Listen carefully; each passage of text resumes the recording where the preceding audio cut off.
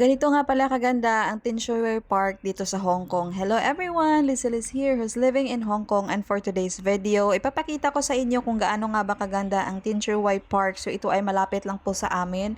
At timing talaga yung pagpunta namin dito dahil spring nga ngayon dito sa Hong Kong, April 5. So, lahat ng mga flowers talaga dito at saka mga trees is nagbo-bloom.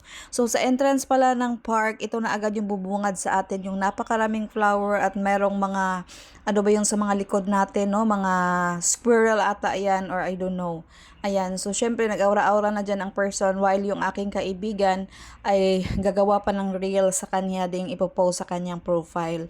So syempre ganito talaga tayo dito sa Hong Kong, lagi tayo nag-video, no? Ganito yung mga para-paraan namin, para-paraan lang, sariling sikap. So ayan, kinuhanan ko na nga ito ng video, yung itong mga flowers. So yung flowers pala dyan na nakikita nyo is real talaga yan. Ito talaga ang kagandahan ng Hong Kong dahil sa tuwing mag-spring, nagde-decorate talaga sila sa kanilang mga park. So kahit sa akang park dito magpunta sa Hong Kong, merong mga decoration ng iba't ibang flowers. Maliban sa flowers, meron din since na Easter Sunday ngayon, meron ding mga egg, mga bunny na kung gabi, napakaganda tingnan dahil nagkukulay. Syempre, palakad-lakad tayo dyan para may pang reels tayo. So, ganito lang talaga yung technique dito sa Hong Kong sa aming mga OFW. Yung mga OFW lang yung mga nakakaalam nito, no, na meron na tayong selfie stick. Nakatayo lang dyan, nagbi-video tayo sa sarili natin, o 'di ba? Para may pang-reels na kunyari ang ganda ng buhay sa Hong Kong, pero in reality hindi naman talaga kasi nakakapagod kaya magiging OFW dito at saka Sunday lang kami makapagpahinga, o 'di ba? O kayo dyan sa Pilipinas, yung mga nandyan sa Pilipinas, 'di ba? Sasabihin nila na ay ang sarap ng buhay, pagala-gala lang. So in reality ganito talaga no nagbi-video. At saka dito common na hindi pag sa Pilipinas ka merong maraming marites na nagsasabi sa iyo, oh my God, hindi naman ito, hindi ba ito nahiya, masyadong ano.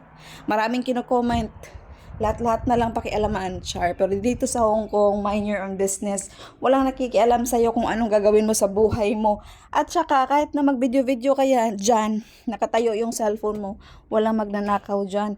Walang tatakbo ng cellphone mo at, ano ba yan, walang, magtatakbo ng cellphone mo dahil dito safe. Tignan nyo, nagbi-video ako dyan. Maraming tao dyan naglalakad-lakad. Yung cellphone ko nakalagay lang sa selfie stick pero hindi nawawala. So sana ganito din tayo sa Pilipinas, no? Yung parang walang magnanakaw, yung hindi ka natatakot na iwan yung phone mo dyan, mag-timer ka per pictures. Kasi walang hold-upper, walang snatcher. At napakaganda nga ng park na ito, maliban sa mga flowers, meron ding pa-fountain. At dito nga din ito makikita sa bungad lang ng entrance. So, hindi pa kami nakakalayo, syempre sa pagbungad pa lang namin sa park, ang dami na naming mga pictures and video, nasasayangan talaga ako na erase ito dahil napakaganda nga ng mga shots and napaka-clear ng ating cellphone.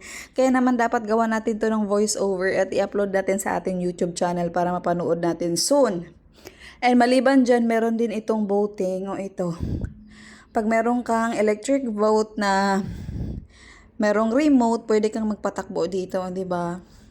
Ito nga ay fast vote, ano ba yun tawag nun. Pero sa gilid, merong mga tables and chairs. And kami, nagdala lang kami ng aming pagkain. Nagluto ako ng kamote, meron akong bagoong at tinapay. Tapos yung kaibigan ko naman nagdala ng mga fruits. Make sure lang namin na meron kaming bottled water dahil kahit saan dito sa Hong Kong, lalo na sa mga park, meron namang libreng water. Wait, ang hina pala ng boses ko, no, para akong nahihingal kasi while doing voiceover, naglalakad-lakad ang person dito sa bahay. So anyway, ito yung aming mga baon dito sa park para hindi na namin kailangang gumastos. At ang sarap talaga dito sa Hong Kong dahil ang dami mo nang nagagawa, ang dami mo nang napupuntahan, ang dami mo nang mga magagandang pictures. But still, hindi ka gumastos. It's up to you kung gabagastos ka, bibili ka. Pero para sa amin, dahil mga kuripot kami, ako lang pala yung kuripot, no? So sabi ko magsaing na lang ako magluto na lang ako ng kamote. And yeah, grabe na din yung mga busog namin. Of course, ito yung mga picture-picture natin, mga aesthetic na akala mo may pera pero butas ang bulsa. At isa din pala sa kagandahan ng park dito sa Tinshui is wala masyadong tao. At tingnan nyo naman, nakapwesto kami dito malapit sa may pond. Ano ba to yung tawag dito, yung pwede ka magpatakbo ng iyong boat. So itong table, good for two ito. Meron itong chair sa gilid, dalawang chair. And of course, very popular dito na yung magdala ka lang ng plastic cover. plastic cover na ilalagay mo sa table, 'di ba? Para malinis yung ating pagkain. So ganyan lang. Kahit na dito sa mga bahay ng employer, pag merong bisita, naglalagay sila ng plastic cover para pagkatapos gamitin is itapo na. So ganito yan dito sa Hong Kong. At ito na nga ay nagpaplano kaming maglaro ng badminton. Napakaganda ding spot dito dahil wala masyadong tao at mai-enjoy nyo talaga ang paglalaro. So naglalaro pala kami on my separate video at gayon ay nagpe-prepare kami. So bago pala ang lahat, syempre kakain tayo, mag-video-video muna tayo na kunyari mayaman tayo pero mahirap naman tayo sa totoong buhay. Ganyan naman talaga yung reality dito sa social media, 'di ba?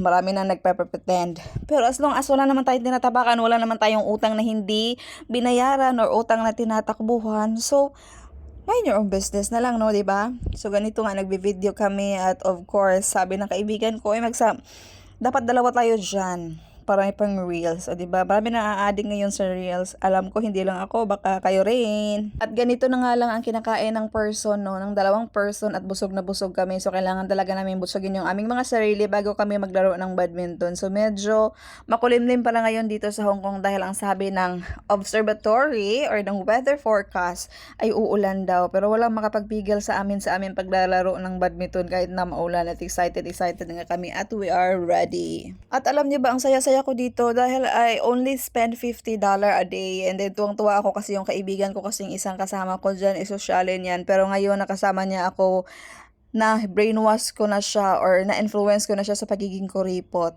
At good thing din nagda-diet siya dahil at dahil noon hindi na siya kakain sa mamahaling restaurant. So na-save ang person.